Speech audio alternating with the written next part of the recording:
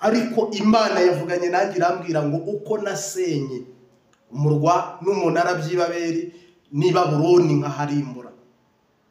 Imana irambwira ngo tangaza ubu butumwa ushize amanga, utangaze ko uhereye muri uku kwa gatandatu uwitwa Donald Trump azagera ku itariki ya mbere z'ukwa mbere. Muzajya bonani ibi bihano mbabwiye byarasohoye kuri Donald Trump. Iyi ntambara Trump yashyigikiye Israel kurasa Palestine, Joe Biden niwe wayitangije barayikomeza, ubu byageze muri Iran. Imana irambwira ngo dore intambara igiye gutera umwaku Amerika. Imana irambwira ngo iyi ntambara si yanjye, si uri kurwana muri Israel ndwana na Iran. Uhoraho arambwira ngo ntabwo iyi ntambara Amerika na Israel njyanye nabo, sindi kumwe nabo, ahubwo dore mugaragu Imana ihita inyereka inkono y'ikirundi cyangwa ikinyarwanda. Mbona amabuye atatu cyangwa se amashyiga atatu, mbona aya mashyiga atatu hateretsweho inkono. Imana ikuramo ishyiga rimwe, imaze gukuramo ishyiga rimwe irambwira ngo ibi nibyo ngiye gukora Amerika. Yambwira ngo ese amashyiga abiri waterekaho inkono? Ndayibwira ngo hoya. Imana irambwira rero ngo ibyo utazi, ibyo utabonaga, ibyo utizeraga nibyo ngiye gukora. Amerika, igihugu cyitwa Leta Zunze Ubumwe za Amerika, kiri hejuru y'ibindi bihugu byose, kihaye inkoni y'ubutwari ngo ntabwo byamamaza ubwami bw'Imana, ntibishyira hejuru izina ry'Imana, ntibimenyekanisha izina ry'Imana. Uyu munsi wa none uhoraho arambwira ngo nintangaze ko tageti Amerika irimo, uyu murongo Amerika irimo, bamaze kwinjira muri puissance nucléaire y'umwami Yesu. Imana igiye guhaguruka gucisha bugufi, kwicaza. Imana irambwira ngo nimbwire abantu bari bafite ibyangombwa bahize muri Afurika. Imana irambwira ngo iciye inzira muragiye muri Amerika. Uhoraho arambwira ngo nintangaze ngo aba diaspora bari muri Amerika baburabujwe n'abandi. Imana irambwira ngo mugiye kubona ibyangombwa. Imana irambwira ngo ibahinduriye ubuyobozi, bahinduriye ubutegetsi. Imana irambwira ngo nimbitangaze ko iciye inzira hatari inzira. Uhoraho yageze mu kiyaga gitukura abwira Musa, gutaka gusa kwa Musa kugeza imbere y'Uwiteka. Imana ibwira Musa ngo niki gitumye ntakiri ufite iki? Musa aravuga ngo ufite inkoni. Imana ihamagara umuyaga wo mu majyepfo n'uwo mu majyaruguru, ibwira umuyaga ngo hari gushinzwe iki? Shinzwe guhuha.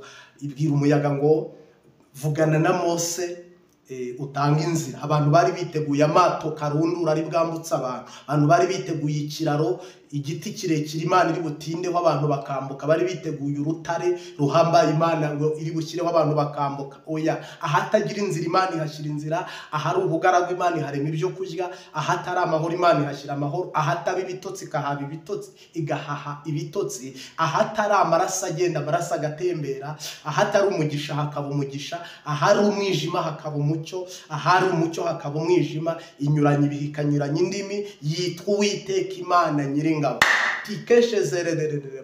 Uhoraho rero arambwira ngo tangaza aya magambo kandi uvuga ubu butumwa wemanga ushize amanga. Iyi ntambara sinjyanye na Leta Zunze Ubumwe za Amerika na Israel, ahubwo izabatera umwaka, itumye batsindwa, itumye baneshwa, itumye mbona irari ryabo. Nta nubwo Imana idatangiriye, kuko nge mareka yambwiye ngo umugambi shitani afite ntabwo biri, nubwo Irani bayirasa bakayirangiza ntabwo byahagarara, bahita badukira. Ntugire ngo iki gihugu Katari ntugire ngo mu maso ya Amerika ngo itekane yicare. Arabia Saudite ntimugire ngo muratekanye muricaye. Ntabwo nge ndi muri kote ya Ishimayeli na Hagayi, jamais. Ndi muri kote y'Imana na Israel ndetse n'abajuwifi. Ariko Imana yambwiye ngo bari kurwana intambara ya shitani, bari kurwana intambara y'abadayimoni. Imana irambwira ngo abatrangere, aba diaspora, mwebwe muri mu Burayi, muri Amerika,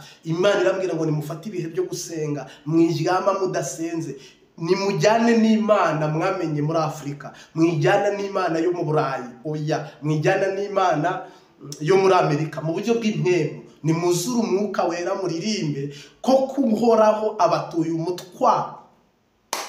marayika yamwe ngo agiye gutanga ubwene gihugu, agiye gutanga ibyangombwa, umuntu uri mu nzira uteganya kujyayo n'uriyo, uhoraho yamwe ngo agiye gutanga amaperime. Imana irambwira ngo nimbitangaze, Imana igiye kubaha uburyo umunyafurika ugiye kugira uruhu, ugira isura.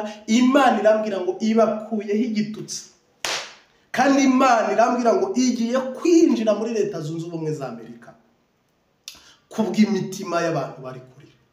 Ambasade nyinshi z'abanyaburayi, ambasade nyinshi z'abanyamerika zatangiye gufata mbarirwa n'ibihano. Umva mbatangarize banyaburayi n'abanyamerika, muratugize ariko ntimwaturemye, muradufasha ariko si mwebwe Mana.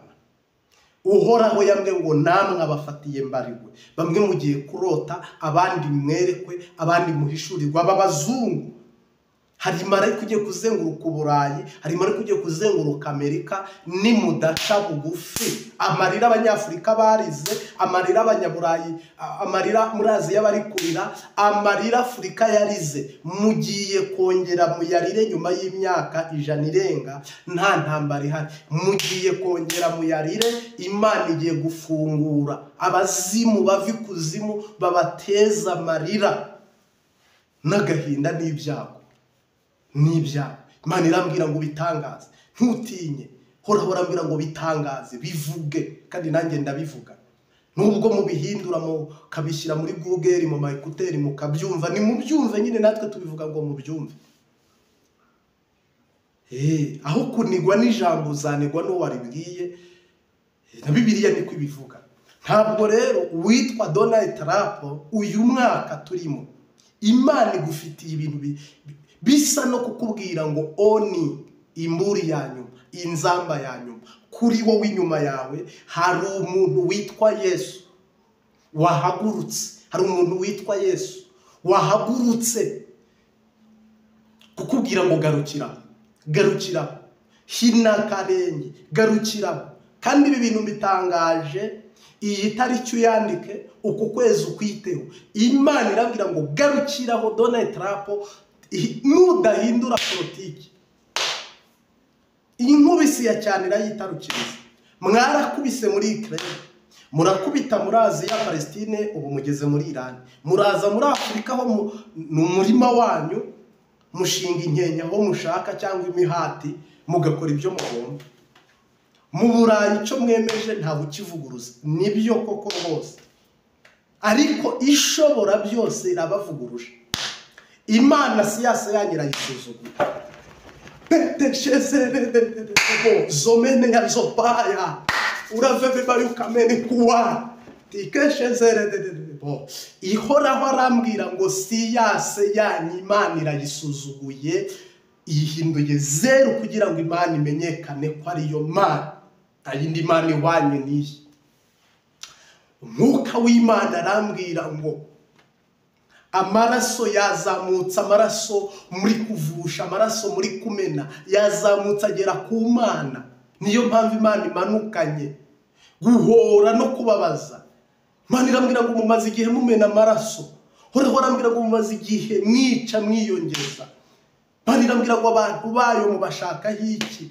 Kubera icyo abantu mubicisha inzara, kandi mukabicisha indwara, kandi mukabicisha agahinda, kandi mukabagira uko mwumva mushaka. Imana yambwiye ngo ntiyigeze irekurira umuntu wayo mu biganza byanyu. Uhoraho arambwira ngo ntabwo yigeze arekurira mu biganza byanyu umuntu yacunguye, umuntu yaremye ikiremwa cyane. Nta mwana hano undi.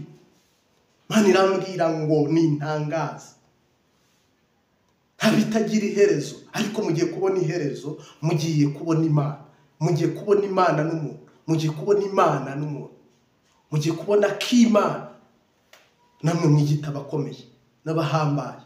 Marayika yanyeretse amashyiga 3, abantu bavuka ruguru cyangwa mu ntara, amashyiga 3.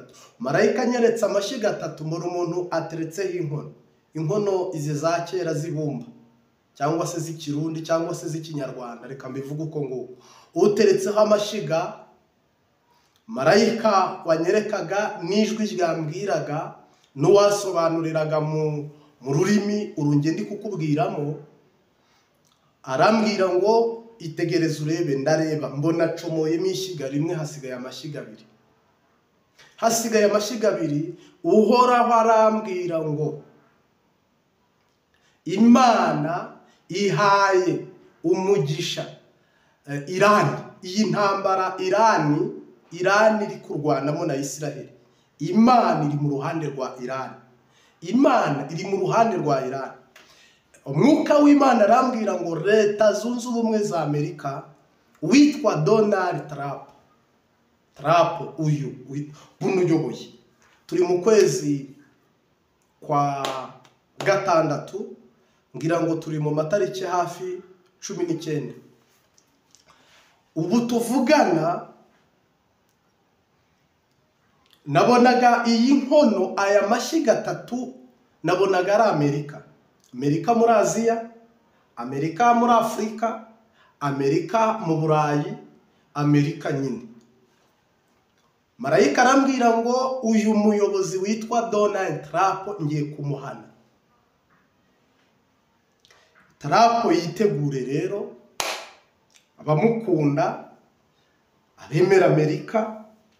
Trump hari igihano cy'Imana agiye guhura nacyo. Donald Trump mwaka washize mu kwezi k'umunani, Imana yari yambwiye ngo utangaze ko Trump azatsinda amatora. Abumvise ubwo buhanuzi murabizi, Joe Biden yari gutangaza ko aziyamamaza, nibyo na Trump atangaza ko aziyamamaza. Mbwira abantu twari kumwe kuri Channel Imbabazi TV 3, ndababwira ngo Imana yambwiye ngo Donald Trump azatsinda amatora. Nyuma yaho baza kumurasa, amatora aza kuyatsinda. Message rero nahawe ntabwo ari nkiriye, noneho mpawe message itari nziza mu buryo bwo byumvamo cyangwa nabandi bagiye kubyumvamo. Hano ufitemo ubutumwa bw'umwihariko ariko nanone bwihutirwa. Rega mwisi Imana iravuga kandi Imana irakora. Mwishaka kugira ngo muvuge ko siyansi ari ikora, muvuge ko tekinoloji ari iriho, oya, Imana irakora yarangiza ikabigaragaza kandi iravuga bikaba yategeka bigakomera. Imana irambwira ngo amashyiga atatu icomoye muri Donald Trump, wowe witegure, Imana ihagurukiye kukurwanya n'abandi mukorana n'abandi mugendana. Ndazi ko mubinyuza muri Google kandi mukabyumva. Ubwo tubivuga muri uru rurimi ubwenge buzagwira nk'uko Bibiliya yabivuze. Abantu barabihindura bakabishyira mu mayekuteri abasha kubabwira ibyo turi kuvuga. Ariko uyu munsi wa none nge ntangaje ko Irani izatsinda iyi ntambara, kandi ndi umukristo wemera Yesu Kristo nk'umwami n'umukiza, ndetse wemera ko Isiraheli ari ubutaka butagatifu uko Bibiliya ibivuga, utagabanyije utanongere mbyemera kuri. Ariko iyi ntambara si ya Isiraheli, ni intambara jewe ijuru ryampishuri. Sinjya mvuga mu by'intambara, sigeze nanahagaragara, ngira ngo yabigeze ku munsi wa gatandatu bari kurwana. Ariko uyu munsi nge nkuzaniye amakuru Imana yampaye uko iyi ntambara igiye gutangira n'uko izarangira. Abazayigwamo, abantu bagiye kubihomberamo, abantu Imana izahana, abantu Imana izakubita. Muri iki kiganiro ngira ngo ndakuvira umuzi ngo ubu butumwa bwiza. Harimo abantu bazamutse bakora ku bicu, ariko umujinya w'Imana uziye, imbaraga z'Imana zigiye gukoraho, kandi Imana ntiri burwane nk'uko muri kurwana. Ariko mbabwiza ukuri, Imana yambwiye Amerika iri gushuka Isiraheli. Amerika iri kuyobora Isiraheli mu murongo w'ubupagani, mu murongo utari uw'ubukristo. Ntabwo intambara Imana yambwiye ngo iriya si intambara yanjye, kuko nasenze mbwira Imana ni Imana. Irani abantu bari gupfa, Isiraheli abantu bari gupfa. Ese koko bimwe wavuze ngo hazabaho ibihuha, habeho intambara, ibihe birushya byo mu minsi y'imperuka tubisohoyemo, twitegure gupfa no kwicwa n'abakumenye n'abakwiringira? Imana irambwira ngo iriya si intambara yanjye, iriya ni intambara ya shitani. Imana yise intambara ya shitani. Ntabwo Isiraheli kurwana intambara y'Imana, Isiraheli kurwana intambara ya shitani. Isiraheli yamaze kwinjira mu murongo w'abadayimoni, Isiraheli kugendana na Sekibi. Ntabwo Imana iri kurwana intambara, ntabwo Imana iri kurwana intambara, ntabwo Uhoraho ari kurwana intambara. muri Isiraheli ngo Imana agiye gutera Iran ubwami bw'ubuperesi. Oya, ntabwo biriya ni Donald Trump n'abanya-Israel bagiye inama. Nagira ngo mbabwize ukuri kw'aya maraso muri gusesa ntabwo ari intambara y'Imana. Ikintu mwishingikirije, ikintu kibashyigikiye, ikiri kubahesha iri jambo, Imana igiye guhagurukira Leta Zunze Ubumwe za Amerika, kandi uri ku ngoma ni Trump, uri ku ruhembe ku isonga ry'imbere ni Donald Trump. Udashubije inkota mu bwubati Amerika wowe. Ibi bintu mwijanditsemo autonome yanyu igiye gutakara, Amerika igiye gutakara. Nababwiye ngo nabonye ishiga, mbona ishiga ririho inkono. Imana irambwira ngo ishiga rimwe ndaricomoye, kandi na Amerika mutabaye maso, Amerika igiye kwinjirirwa. Imana igiye kuyirekura, uhoraho agiye kuyigabiza abatari bakwiye nubwo Irani atariyo yayigabiza, ariko Amerika igiye gutakara izize kumena amaraso. Mareke yambwiye ngo mwagiye muri Ukraine murica, n'ubu mukica. Murakata muri Afrika murica, n'ubu mukica. Mugeze muri Aziya muri kwica muri Palestine, n'ubu mukica. Ubu Irani yinjiyemo, n'ubu mukica. Donc ntabwo Imana yo mukeneye kwibarwanirira. Mwamaze gucura intwaro za kirimbuzi n'izindi ntwaro, murica uwo mushaka mugakiza uwo mushaka, ariko ubwo bubasha Imana yari yarabarekuriye n'ububasha Imana yari yarabahaye irongeye irabibatse. Mbihanuye hakiri ku manywa, mbihanuye hakiri kare. Nge nababwiye ngo iyi ntambara iratera umwaka igihugu cya Amerika ya Iran. Niyo ntambara ya nyuma igiye gutera umwaka Leta Zunze Ubumwe za Amerika. Mbivuze nk'umuhanuzi, mbivuze nka Profete Martin, mbivuze nemanga. Niba Amerika idashubije ukuboko, idashubije inkota mu rwubati, ibintu bigiye kuyibaho. Igiye guhirima muyireba, icika amababa, kuguruka biyinanire, isenyuke. Icyo nzi cyo, Imana niyo kwizerwa no kwiringirwa. Ivuga ijambo ikarikurikirana ibihe n'ibihe. Ubu buhanuzi mpanuye buratangira muri uku kwezi kwa gatandatu igitarike mbivugiyeho. Ukimara kubona iyi video, kandi uhoraho nuko yambwiye, Amerika yarafunze, ifunga ibintu by'impunzi ngo zitinjira. Amerika ifunga ibintu byo gufasha ngo idafasha. Imana yirahira ambwira ngo biriya ngiye kubifungura, kandi nzakwereka ko ari nge Mana. Nge yabinyibwire ngo Habiyambere Marite, nzakwereka ko ari nge Mana, nta wambanjirije, nta n'uzamperuka. Buno tuvugana nduhoraho Imana. Amerika ngiye kwinjira. Ubu abantu mu isi bahanze amaso Amerika. Yesu ntakigaragara. Ntabwo Isiraheli iharaniye kwamamaza ubutumwa bwiza. Nta nubwo Abayahudi bashaka kugira ngo Imana imenyekane. Nta nubwo Abayahudi bakikeneye ko Imana ibarwanirira. Imana y'Abayahudi ni Amerika. Imana y'Abayahudi ni ibisasu, ni ukwica, ni ukurimbura, kandi nta rutangira, kandi nta rubanza rubaho mu isi ruzababuranisha. Nibyo koko Imana y'Abisiraheli ni n'Imana itari bubahane, ariko iyi ntambara Isiraheli irimo irabatera umwaka. N'abafatanyabikorwa banyu, mwebwe Banyaburayi rwose, bantu muri mu bihugu bya Amerika, diaspora zo mu Burayi n'iziri muri Amerika, iziri muri Afrika, muntu ukurikirana ubu butumwa bwiza, ukurikirana ubu buvugishwa, nta kinyoma kirimo, nta kwirarira kurimo. Jewe nkubwiye ko naherukaga kuvuga ubutumwa kuri Leta Zunze Ubumwe za Amerika, Donald Trump yiyamamaza. Niho naherukaga kwamamaza ubutumwa bwiza mvuga ngo Trump azatsinda amatora. Ariko iri joro ubutumwa Imana yampaye, Imana yavuganye nanjye yeruye, irambwira ngo iyi ntambara Irani irimo na Isiraheli ntabwo ari intambara Imana iri kurwana, si n'intambara yatangijwe n'Imana, si n'intambara Imana ishyigikiye, si n'intambara Imana iyoboye, ni intambara ahubwo igiye guteza akaga, iteje akaga, ni intambara igiye gusemera no gutera umwaku ubutegetsi bwa Donald Trump.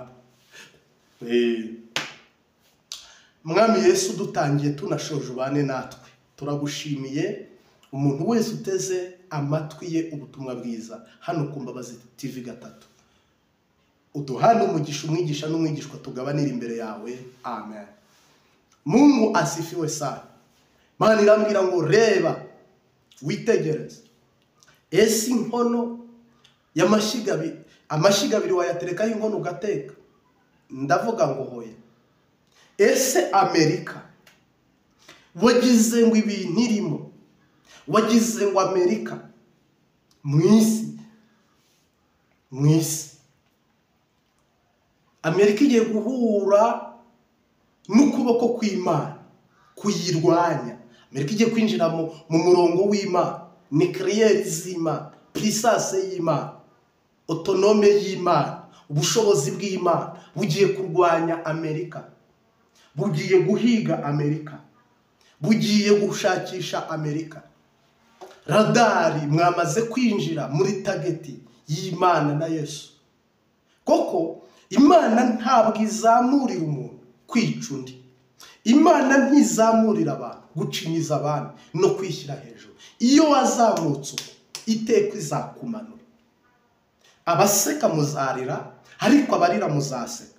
Abanezerewe muzababara, ariko abababaye muzanezerwa. Abakiranura muzakiranurwa. Bibiliya ibyivuga si by'Isiraheli ikora. Bibiliya uko ibayobora siko mugenda. Ibyo Bibiliya ibasaba si byo mukora. Buno mwinjiye mu murongo w'abasiyasezimeni. Ntabwo mukira Abisiraheli abajuwifi b'ukuri, ahubwo muri abazoyaniste bakoronejwe, batanga message aho Amerika ishaka. Ubu rero amaraso ari guseseka, mukabyita ibisanzwe, kubera ko isi icecetse, kubera ko nta wundi muntu, nta wundi mukiza uretse Imana.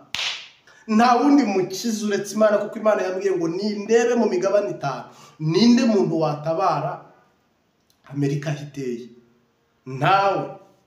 Ntawe irica igakiza. Bamwe mujya muvuga ngo ni umupolisi w'isi, ariko akagabo gahimba kandi kataraza. Nagira ngo mutangarize ko buni ibintu bihindutse kandi ibintu bisubiwemo. Leta Zunze Ubumwe za Amerika igiye kurira nk'agahinja.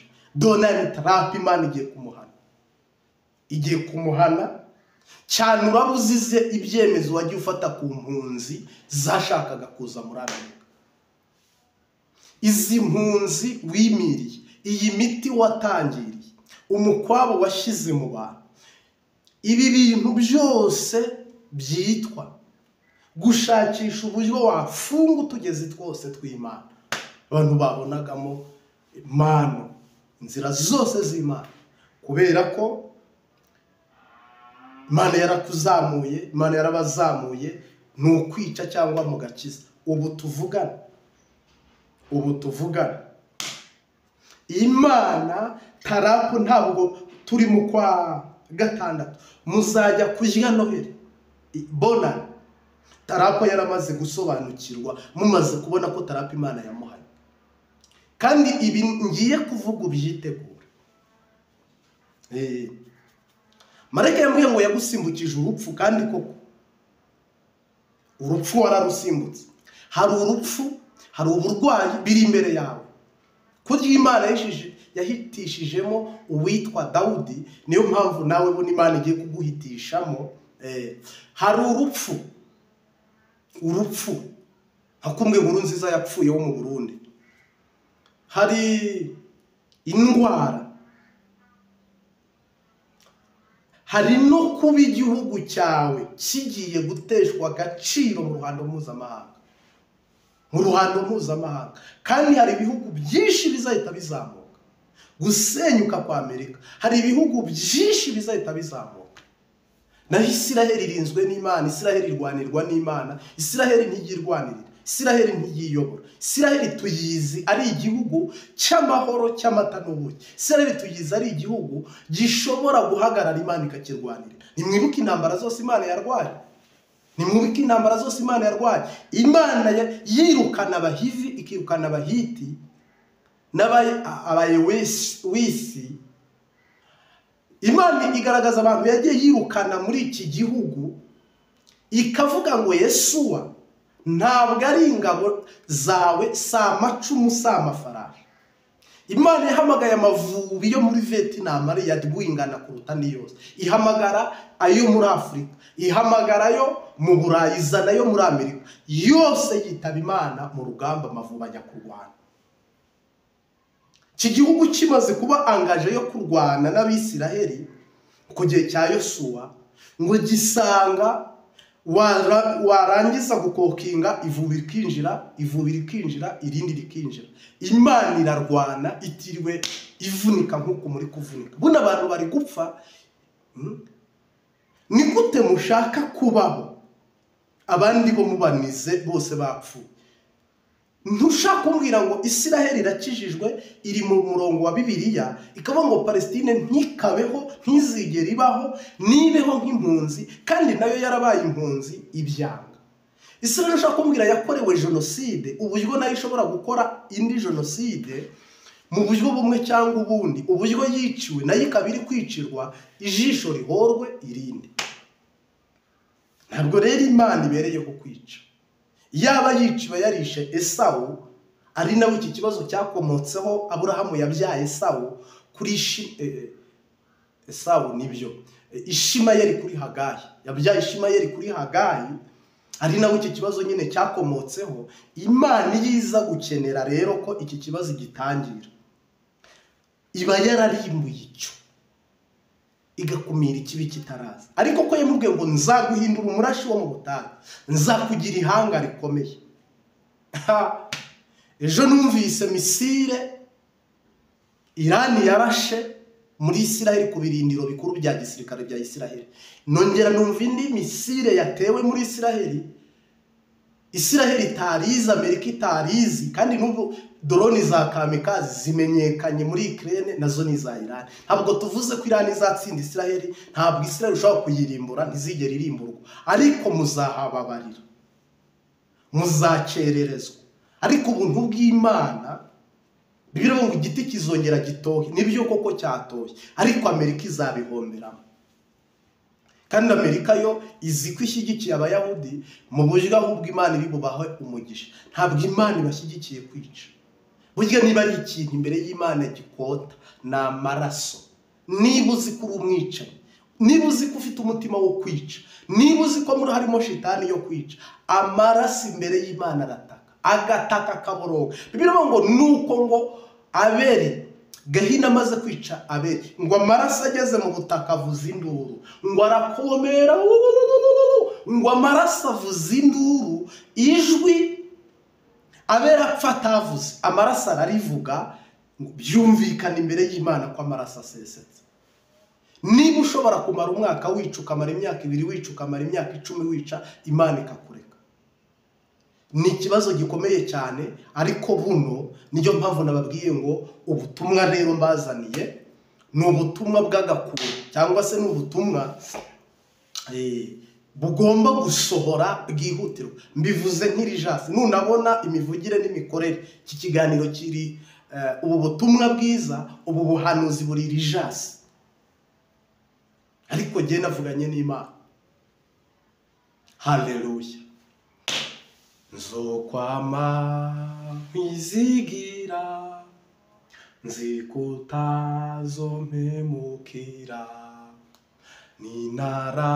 ninaramuka ngowe, zizigira Yesu gusa, zizigira nyiriho, kugeza ukuzacisha mu kirimba k'ijuru, zizigira Yesu gusa. Muri Amerika Imana igiye gufungura mwinjira. Abantu bari baraheze muri Afurika, imiti yari yarahagaze, ibintu byari byanze. Tarapo yari amaze kuba igiti cy'inganzamarumbo, yari amaze kuba yubatswe nka wa murwa w'Ibabeli cyangwa se wa munara na wa murwa w'i Babuloni. Imana irambwira ngo nimpumurize abantu, ubaho wihishahisha. Imana irambwira ngo ninguhumurize, urara utaryamye kwiriga utaryamye. Imana irambwira ngo ninguhumurize. Haleluya. Nta byangombwa ufite, ambasade yanze kugusinyira, abantu banze kubisinya. Imana irambwira ngo buno akagambane ko mu ambasade Imana ikuyeho uwo mwanda, ishyizeho iherezo. Uko kwironda n'ubwibone, ibintu mu by'ukuri Imana yambwiye ngo abantu bagiye kubona ibyangombwa, inzira Imana igiye kuzifungura. Uko muzi Yesu yageze hariya mu mudugudu w'Ifiladelifiya akavuga ngo ninjye ukingura ntihagire ukinga. Imana irakinguye, nta muntu uri gukingura urugi.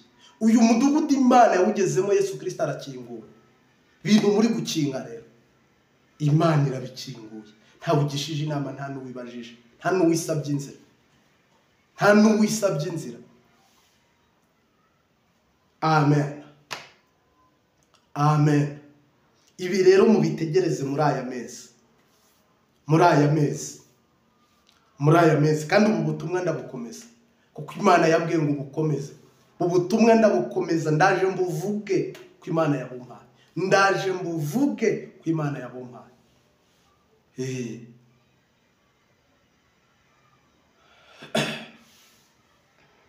Ngo hora ceceka ihorere, ndumva guhorera k'umukiza Yesu, ndumva imirindi yeragaruka, shuti ihangane aje kugutabara.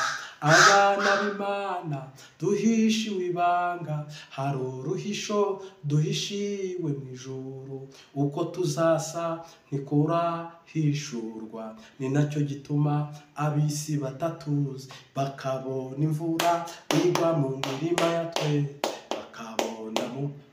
bakagenda mu modoka, wowe utagira n'igare. Haleluya. Yesu Kristo nashimwe cyane. Haleluya.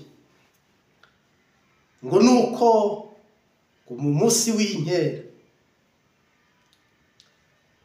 uwitwa Moridekayi, uwitwa Hamani, uwitwa na Esiteri n'abantu batatu.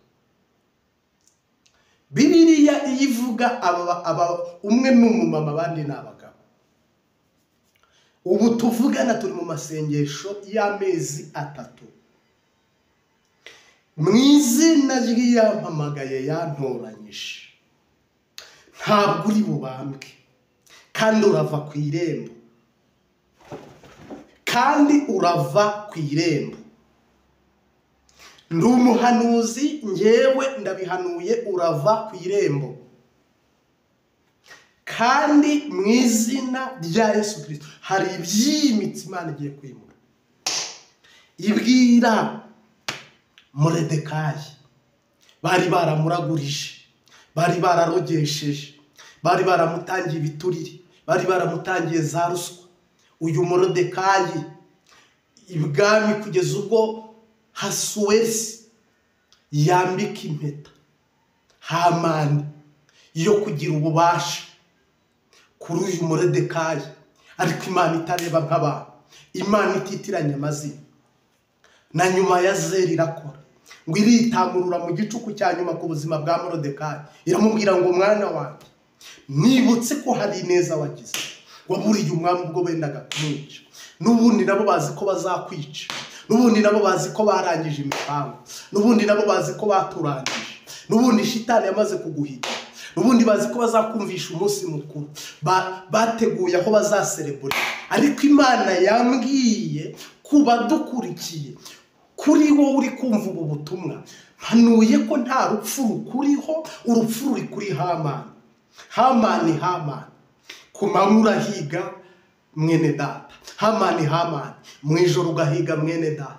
Hamani urahiga amanywa na nijoro, ariko Imana twiyiririje ubusa, tukambara amagunira, tukarara mu mazi, tukurira igiti, tugasenga ijoro n'umutaga, tugasenga ijoro n'umurango, ntabwo izadukoza isoni, ntabwo izadutererana, nta nubwo izaduta. Iyi ntabwo izemera ko wicwa n'uburozi, ntabwo izemera ko ugumirwa burundu, ntabwo izemera ko indwara zawe zikwica.